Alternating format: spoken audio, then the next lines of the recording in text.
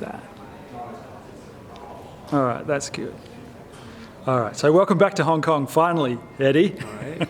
Yeah, so, I mean, we haven't seen you in action for a little bit now. How are you feeling about your fight in Macau in the next week? Yeah. It's gonna be good, you know.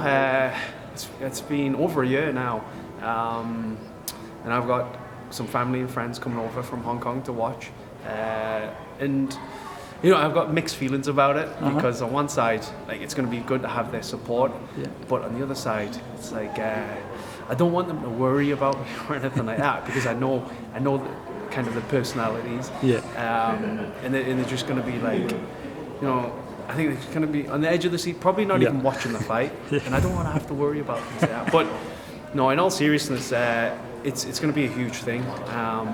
This is the very first event in Macau. And I think once my career is done and I look at kind of everything that I've ever done, I think this is going to be one of those highlights where, you know, that I can be very proud of. Just like the Singapore event. Yeah. Well, you know, last time we spoke, you said that you wanted to be remembered for taking on tough challenges. And I mean, you're fighting a former world champion almost a year since, you know, stepping back into the cage. You know, that's a pretty significant challenge, I bet. Banario is former featherweight world champion. You don't get to hold that title unless you've got legit skills. But like I look at him as a competitor, and I know he's just a human being at the end of the day. He's got two arms, he's got two legs, like me. He can lose fights, just like me, just like anybody else in the game. And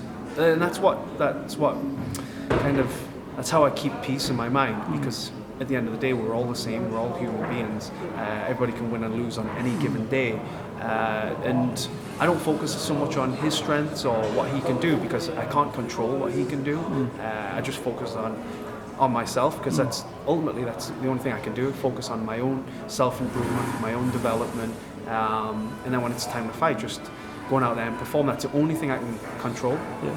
I mean, it was mentioned a couple of times at the press conference this morning that this is a pretty critical fight for you. I mean, is it a must-win fight next week? Do you know what? I don't think of it like that, because, you know, when I first started competing in MMA, I done it for the love of it. It wasn't to prove that I was better than anybody else or anything like that. It was just something that I wanted to do, and it was something I ended up enjoying doing, right? So I just wanted to do it as often as I could, and it just so happens that I was fortunate enough to end up fighting on one championship, the largest stage in Asia, and you know, some people can say, "Oh, you must win this fight," and I say, "No, I don't think of it like that." Because I always remember the beginning, you know, of where I came from.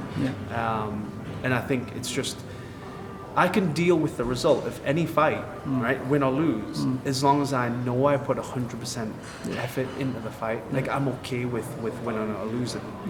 The result, you know, as long as I do my best, the result will take care of itself. Cool. Okay, well, we're really looking forward to seeing you fight next week. So good luck, and thanks for your time, Eddie. Right. Thanks very much. Cheers.